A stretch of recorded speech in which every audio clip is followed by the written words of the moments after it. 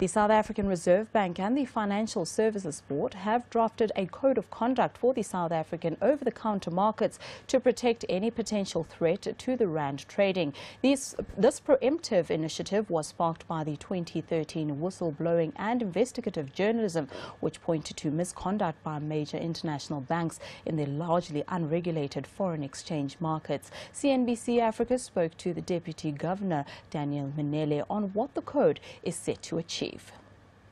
We're launching this code today alongside a review that we've conducted of the operations of authorized dealers in the South African foreign exchange market. Relatively early in the process of the review, also informed by some of the observations we made around how people were handling things in other jurisdictions, we felt at that point that the South African markets would benefit from an overarching code, and actually then started developing it alongside the review, sent it out to professional bodies such as SAICA and ASISA and the Association of Corporate Treasurers, the Banking Association, the International Banking Association, and had their input, the professional input. The idea here is to have an overarching code that essentially pulls things together. You have subsidiary codes that are going to go with this code that are then specialist codes, if you wish, from the various segments of the market. The ACI code is a case in point, for instance, for the FX market, or the JIBA code that we talked about. There are codes for the derivatives market. So this is an overarching code that just basically establishes, if you wish, the tone and pulls all the over-the-counter wholesale markets in South Africa together. Our review in South Africa, based on the period that we're looking at, found that there was no evidence of misconduct as such, but clearly that type of finding, as you would have heard, does not allow us to be complacent in any way.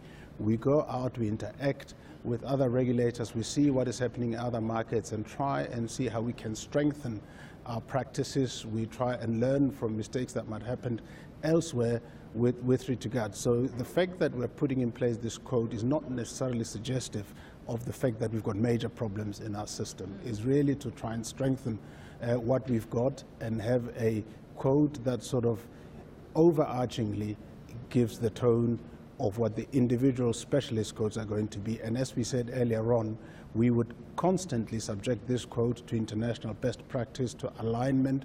And on the foreign exchange side, for instance, there is a code that is being developed by the Markets Committee of the Bank for International Settlements, and once that is concluded, we will then look at our code and look for alignments and make sure that it meets best practice. So it is not necessarily to suggest that something has gone disastrously wrong and we need to put in big defenses and all that. It's really just underpinning the system, strengthening it, and making sure that we continue to adhere to best practices in the over-the-counter wholesale markets. Well, this code is not meant to address volatility or deal with any issues that have got to do with growth, underperforming. That's not what is meant. It's not a situation which we are saying this is something that's going to help us out of our problems. This is a code that hopefully, if any contribution it can make, it would be one of giving comfort that the trading in our markets and confidence that that trading happens along ethical lines, and that the conduct and the culture issues around foreign exchange trading in our markets do not get to a point of what we've seen in other jurisdictions. So we felt it important to be proactive and not wait until something's gone wrong and rely on levying fines and penalties, because at the end of the day, the idea is to embed these cultural norms, more positive cultural norms, rather than the ones that have led to the failures, such that people do these things as second nature because they believe in them, because they think they're right, as opposed to just by way of that being a requirement from a compliance perspective. So, but it's certainly not something at this stage one could link to managing volatility or dealing with currency depreciation or other challenges that policy might be dealing with. That's not meant to address that. That was Deputy Governor of the South African Reserve Bank, Daniel Mminele.